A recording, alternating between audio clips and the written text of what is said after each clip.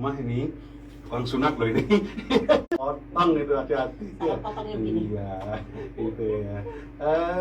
Selama ibu melakoni dunia sunat menyunat ya, tentu ada rintangan, ada tantangan, dan satu lagi solusi. Bisa nggak ceritakan itu? Iya. Mengawali karir sebagai seorang ahli sunat di sini, tentu tantangan itu banyak, apalagi saya seorang wanita. Iya. Pertama ya dari keluarga dan teman-teman, rekan kerja semua. Cewek enak, nggak mungkin laku di Bali. Nah, kamu tuh Hindu, cewek mau nyunat siapa di Bali? Itu pertama. Kemudian jadi memulainya itu saya nyunatnya di Jawa, Pak. Oh, Bukan di Bali. iya. Jadi saya ke Probolinggo, ke Banyuwangi, ke Kediri, ke Jogja, Madiun. Waktu itu sudah di Bali bekerjanya apa mas? Sudah di Bali. Ya. Sudah di Bali, nyunatnya ke sana. Ini tukang suka sunat terbang apa juga? Nyunat sambil melali. Oh iya, bener ini. Jadi kadang orang berpikir, wah capek banget. Enggak, melali kan kita refreshing. Kita itu sesuatu yang menyenangkan. Jika kita dijalani dengan bahagia, tentu hasilnya adalah nikmat. Betul saya setuju itu. Saya kalau keluar Bali, kalau pikiran saya senang, wah enggak bayar kok kurang itu. Iya Jadi betul. pada saat kita melakukan sesuatu yang memang kita senangi, yang kita dapat adalah bahagia, hormon-hormon bahagia kita meningkat. Dan itu yang membuat rezeki akan meningkat.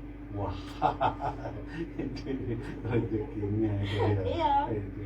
Karena pada saat jika kita melakukan sesuatu yang tidak membuat kita bahagia, otomatis alam bawah sadar pun kita akan menolak. Betul, Alam bawah setuju, sadar setuju. akan menolak. Nah, apapun Belum itu. bekerja udah Iya. lelah duluan. Iya, betul. Iya, otomatis rezeki pun enggan mendekat. Karena wah, dia nggak suka saya datang. Udah dikasih kerjaan aja dia cemberut. Ya nggak? Dikasih kerjaan dia cemberut. Artinya kerjaan itu adalah rezeki. Pada saat kita cemberut, otomatis semesta pun menganggap penolakan. Wah, apa itu? Ya, ini. Tomang. Iya. Iya, jadi konsepnya ke situ dulu kalau saya. Jadi akhirnya saya memutuskan untuk oke, saya buka rumah sunat di Bali. Kejadiannya saat nyunat di Probolinggo, daerah kelurahan Tengger lah pokoknya, maaf. Naik itu ke Iya. betul. Di situ ternyata maaf Di mayoritas. Argosari naik itu. Ya, ternyata mayoritas peserta sunat di situ Hindu.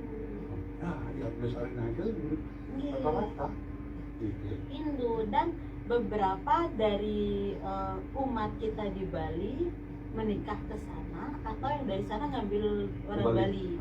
Nah, jadi pada saat sunat gitu bisa kita ngobrol dari mana, kita cerita dari Bali. Loh, yang dari Bali loh Bu, loh Balinya mana? Saya dari Kelungkung, ini dari negara, dari Karangasem. Ya, emang tinggal di sini? Enggak, kami kemarin baru nyampe di sini, kemarin berangkatnya. Anda dari Bali ke sini untuk sunat, saya pesunatnya dari Bali ke sini untuk nyunat Anda. Kenapa nggak kita di Bali aja sih? Gitu. Lebih ringan dong biaya Iya. akomodasi. Iya. Akhirnya Iya, sejak betul. itu, oke, saya nyunat, buka rumah sunat di Bali. Waktu pertama kali itu langsung sunatan massal, ada 17 anak itu saya kasih gratis. Iya. Gratis. Gratis. Wah, Biaya normal anak-anak itu 1,5 juta. kali 15, kali 17 ya? 17. Ya. Tapi saya yakin, saya sangat percaya apa yang kita tebar itulah akan kita Tuai. tuai. Pasti kan. Nah, ya, udah koma kalau jagung maling. Betul. Jadinya ya udah, sejak itu mulai sering diundang dari wartawan, media dari RRI juga sempat mengundang, ngobrolnya kan fenomenal banget waktu itu, cewek loh Pak Nyunat, dan ternyata tidak semengerikan yang diceritakan orang-orang di luar. ternyata di sunat sama Bu Ari itu asik banget lah, kita bilangnya sunat asik, sunat ceria.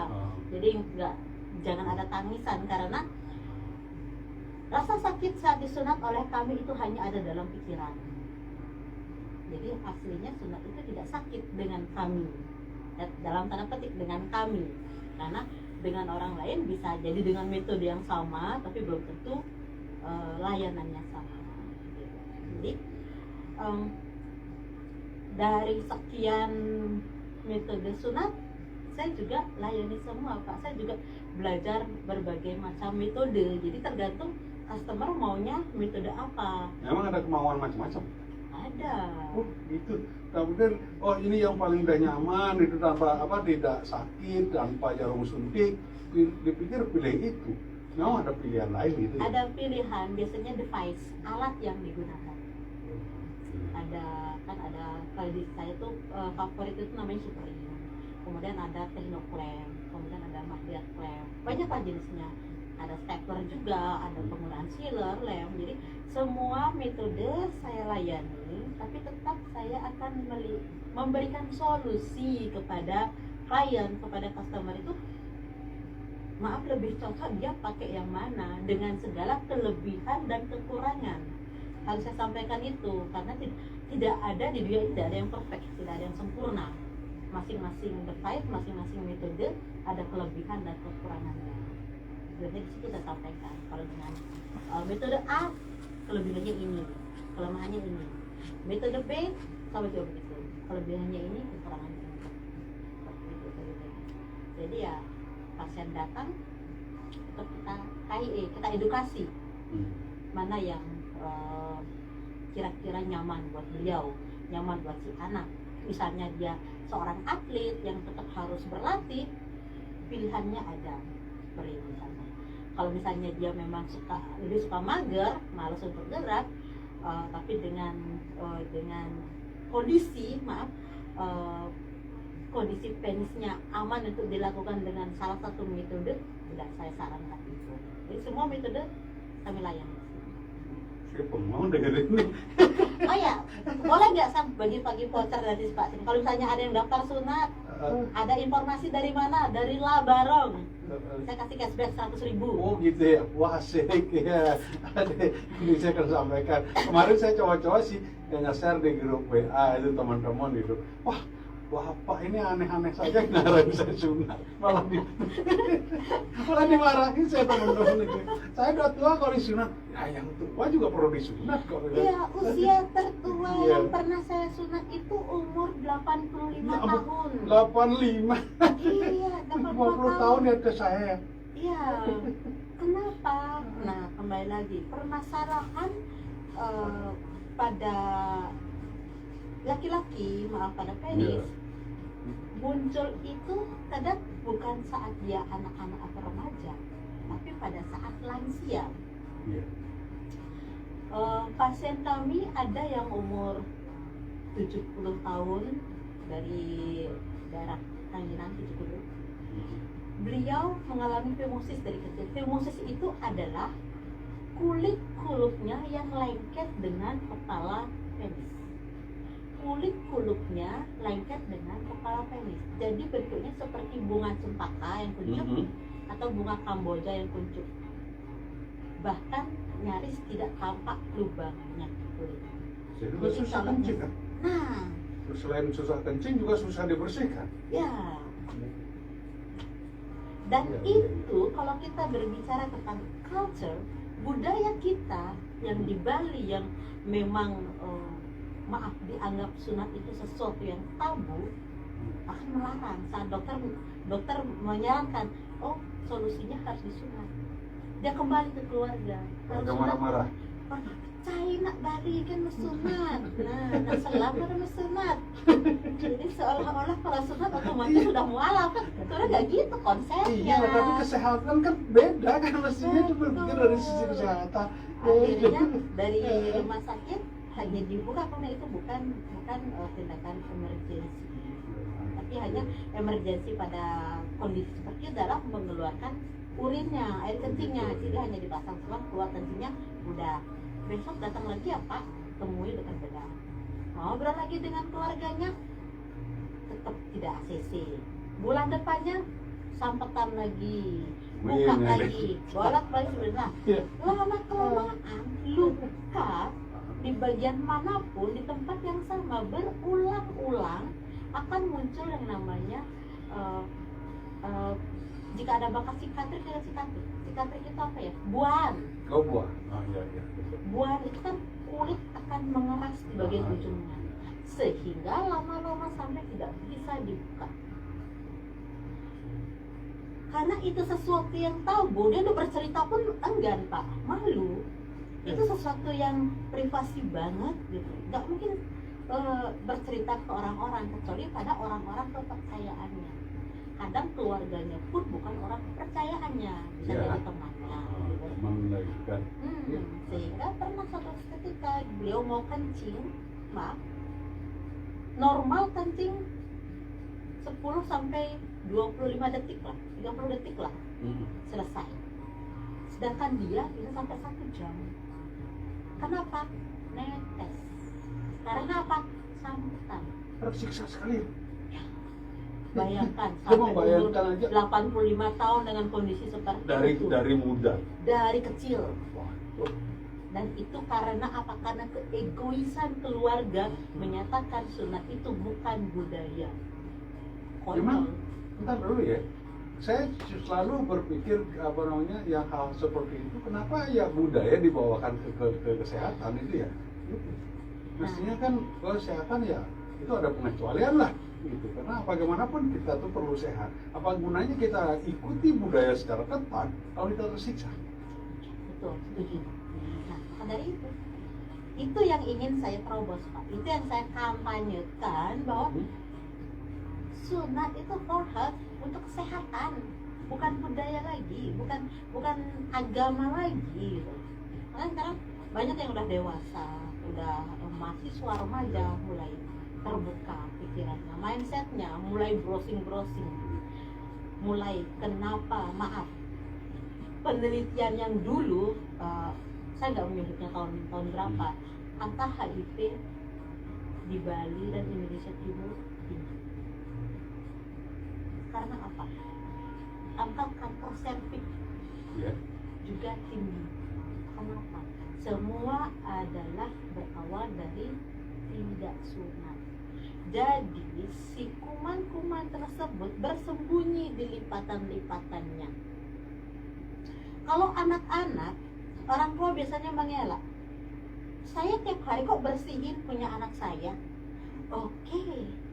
TK, SD sampai kelas 3 si mama, si bundanya bisa buka kulupnya.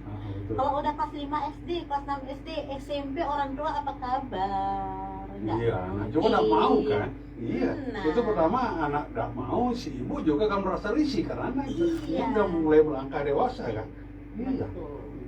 Sedangkan apakah si anak-anak ini berpikir bahwa jika itu tidak dia buka setiap hari, dia bersihkan setiap hari, akan menjadi sesuatu, menjadi simpanan mutiara-mutiara tadi. Oh, gitu ya. Itu mohon maaf, simpanan mutiara-mutiara itu bisa mengeras pembatu ya? Bisa. Wah, Bisa. ternyata bisa menjadi waduk permata. Waduk permata lagi orang Milah Delimaka atau Blue Sapphire. Oke. Sebenarnya itu berasal dari mana sih? Itu adalah dari air kencing kita sendiri. Jika itu adalah femosis, dia akan mengembung, kemudian terbuang kencingnya, baru dia muncul. Tersisalah di leher. Maaf, penis ada koronanya, sulcus corona, kita sebut sulcus corona. Disitulah dia menjadi mengendap. Kadang nggak usah butuh sampai puluhan tahun. Anak umur 3 tahun, 4 tahun saja sudah bisa mengkristal, mengeras seperti pasir. Nah, mengeras seperti pasir putih. Bayangin pasir putih, wajahnya kotoran semua. Mengeras seperti pasir. Kemudian dia akan kencing lagi, air kencingnya mengendap lagi, menggesek lagi, kulit di situ mukosanya tuh area kulit yang sangat lembut dan gampang tergores, gampang terluka. Pada saat terluka kena air kencing, perih, terus menerus terjadi infeksi. Makanya terjadilah infeksi saluran kemih, karena infeksi dari sini bakterinya ini masuk lewat lubang uretranya ke saluran. Betul. Makanya kadang anak-anak sering demam, tiba-tiba tidak ada batuk, tidak ada pilek, tapi kok demam. Biasanya pasti berpikir kalau nggak THT pasti Itu yang dicurigai ya. gitu. Jadi sebenarnya vital banget tuh. Makanya kenapa kalau sekarang nggak tahu kenapa kalau misalnya ada bukaan polisi Iya. banyak yang sunat. Karena pertimbangannya kayak gitu. Kalau misalnya disunat, ISK-nya bukan berarti tidak ISK itu infeksi saluran kencing. Iya. Disunat bukan berarti tidak ISK, tapi menurunkan angka. Iya. Menurunkan risiko. Iya, betul. Sama dengan HIV, CLC itu sama seperti itu. Karena pada saat selesai berhubungan, kadang ada jika pasangannya terinfeksi, Iya. dia juga terinfeksi, tapi dia menyimpan tabungan itu di dalam kulupnya, pulang ke rumah, dia sampaikan kepada pasangan sahnya, berbagi itu indah, tapi kayak gini nggak indah kan? Ada aja berbaginya yang gini-gini atau berbagi. Berbagi itu indah, tapi jangan kayak gini dibagi-bagi. Wah, ini cerita dibikin terpingkal karena dari awal sebenarnya saya berpikir ibu Komang ini kerja tukang sunat sih, tukang sunat, kalau tukang sulap mungkin lah kayak perempuan, ini tukang sunat perempuan gitu. Bagaimana bapaknya gitu kan, bapak ternyata ya seperti tadi ibu sampaikan udah dapat izin keluarga besar dari Bursa Perdana ya. Wah, luar biasa. Memang ini sih seperti tadi pengetahuan itu dari kesehatan itu yang lebih penting dari sekedar budaya. Bahwa kita bisa menyampaikan bahwa budaya itu dikatakan sekedar dalam hal ini. Ya, bukan berarti kita menafikan budaya gitu ya. Tetap budaya itu tetap harus kita biarkan dan junjung, tapi ya jangan sampai fatal kayak tadi itu. Tidak boleh dilakukan ya. Saya pikir keliru itu. Bukan keliru, salah lah. Iya, gitu. Iya, sekarang udah modern, udah apa-apa nggak usah dikait-kaitkan lagi. Sekarang ke normalnya aja. Kita memang kalau itu memang butuh, sama dengan orang mau dilakukan tindakan yang memang urgent untuk dia, ya. Why not? Kenapa harus mempertahankan budaya kami enggak? Ibaratnya pertimbangannya nyawa. Kenapa saya bilang nyawa? Pada saat orang tersebut mengalami sampetan, terus menerus, dia akan berpikir bagaimana caranya kalau mau kencing Sakit. Jadi dia akan mengurangi minum. Kalau sehari 2 hari mengurangi minum tidak masalah. Bagaimana jika bertahun-tahun? Ginjal apa kabar? Iya, ada kaitannya, semua berkaitan.